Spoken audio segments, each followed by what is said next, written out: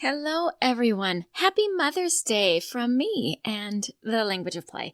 And I wish you today love and laughter and a bit of rest. You know, I have this free webinar coming up, and yes, it was strategically placed to be the day after Mother's Day. It is my gift to you. I know that your kiddos don't always listen, and I know it is frustrating. And I know that there are many times that we wonder, is it us? Is it them? What do I do? And if your child has a speech and language delay on top of these behaviors, the behaviors are even more difficult to deal with.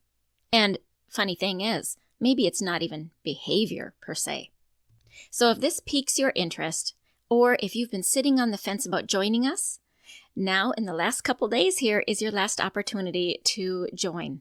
Click in the show notes to join the webinar, Beyond Obedience, Unveiling the Power of Listening in Kids. Sign up now. It's free.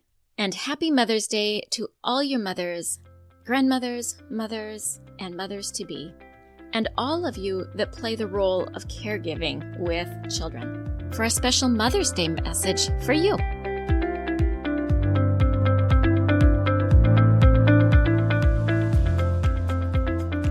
I am part of a Toastmasters group. In this springtime, there was a question where people had to answer by what kind of flower they liked best. I was surprised at how many people said the dandelion. I grew up where dandelions were weeds, and as a child, I loved the dandelions, but I always knew the adults didn't. And as an adult, my internal voice said that I was behind in keeping up with my mowing. My yard isn't kept up when the dandelions started to appear. Though I still love dandelions, and I love how they add delight to the ground and are so happy looking, I always used them as an indicator for when I needed to mow. I would enjoy them for a few days, and then I'd mow them away. I thought it was super fun to hear how many people actually loved dandelions. It stood as a direct contrast to the child view of what adults thought.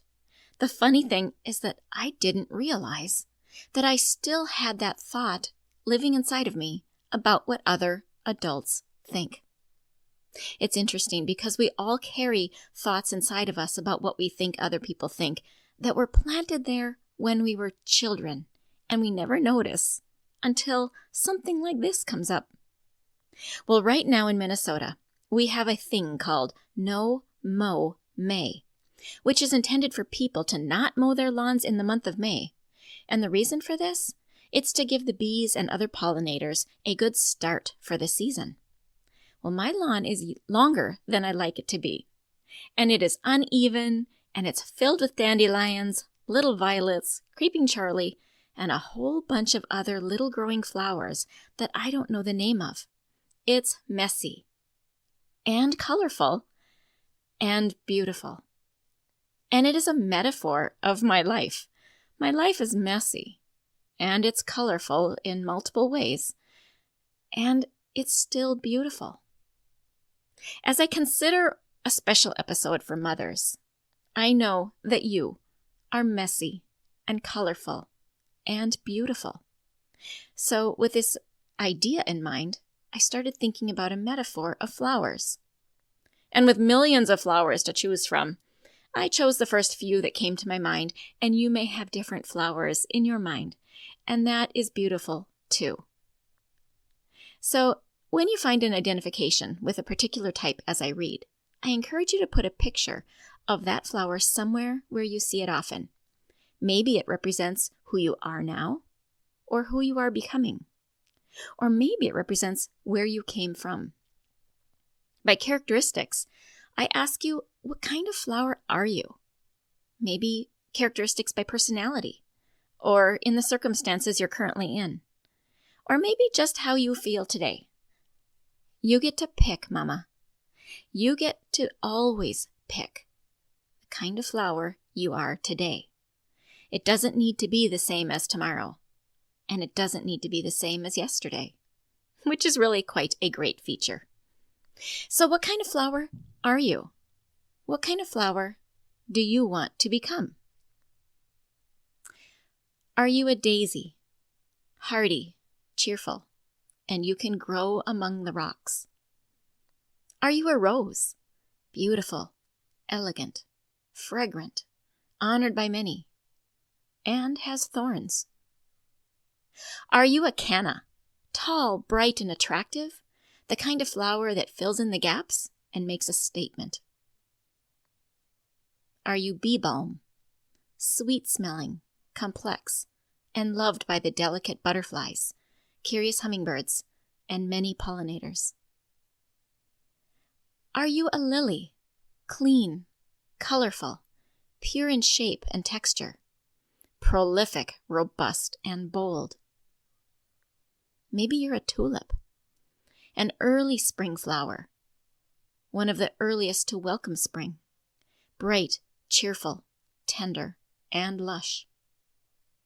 Are you a peony that with the help of many ants changes from a small little ball of a bud to a magnificent bloom that hangs heavy and bright?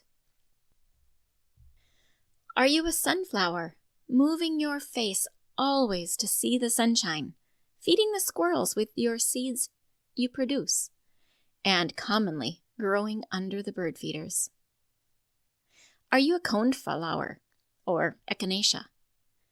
Beautiful, pink, happy flowers that wave in the wind, and inside them have the powers of healing. Are you a hollyhock? Your growth is tall, and you are covered in blooms from top to bottom. And before the blooms occur, often mistaken for a weed. And maybe you are a dandelion. Bright, yellow, speckled sunshine all over the lawn, untouched with chemicals, and healing is in your leaves and in your roots. Happy Mother's Day. I hope to see you in the webinar. I hope to meet you there live. And if I can't, I still wish you a wonderful, happy Mother's Day. Hey parents, I hope you found this episode helpful. If so, would you please take 30 seconds and share it with a friend who also lives or works with children? I would really appreciate it if you would leave a quick review for the show on Apple Podcasts. I read every review, and it lights me up to know that this show is making a difference. Then come join my Facebook community, where you'll meet other parents who are dedicated to helping their children grow too. You'll find the link in the show notes. Thank you for joining me. Now it's time to go. Let's pop our kiddos in the strollers and go look around outdoors and see what we have to talk about.